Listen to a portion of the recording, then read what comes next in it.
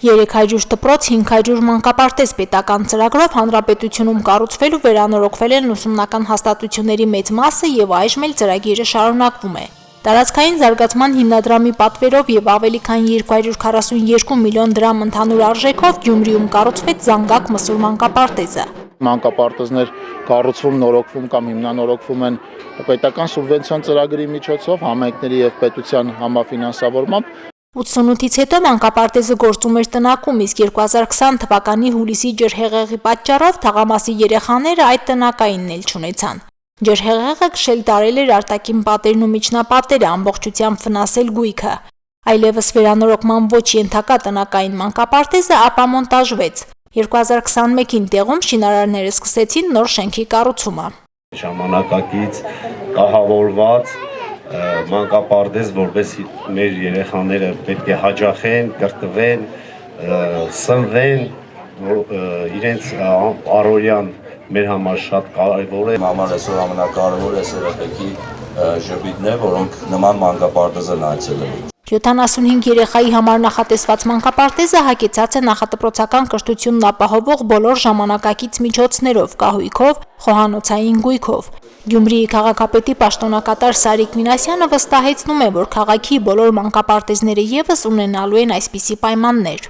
Մանկապարտեզների գերակշիռ մասը ենթակա են վերանորոգման, վերակառուցման, կահավորման, բոլոր տեղերում կա խնդիր, ջեռուցման խնդիր, կահույքի խնդիր, խոհանոցի խնդիր, խոնավության խնդիր։ Տնակային պայմաններում գործող դեռ մեկ մանկապարտեզ էլ կա Գյումրիում, խոսքը Ձիածան մանկապարտեզի մասին է, իսկ խնդիրը կլուծվի ոչ միայն Ձիածան մանկապարտեզի համար։ Քաղաքապետի պաշտոնակատարը հայտարարեց, որ Գյումրիում գործող 23 մանկապարտեզներին առաջիկայում կավելանա եւս 2-ը։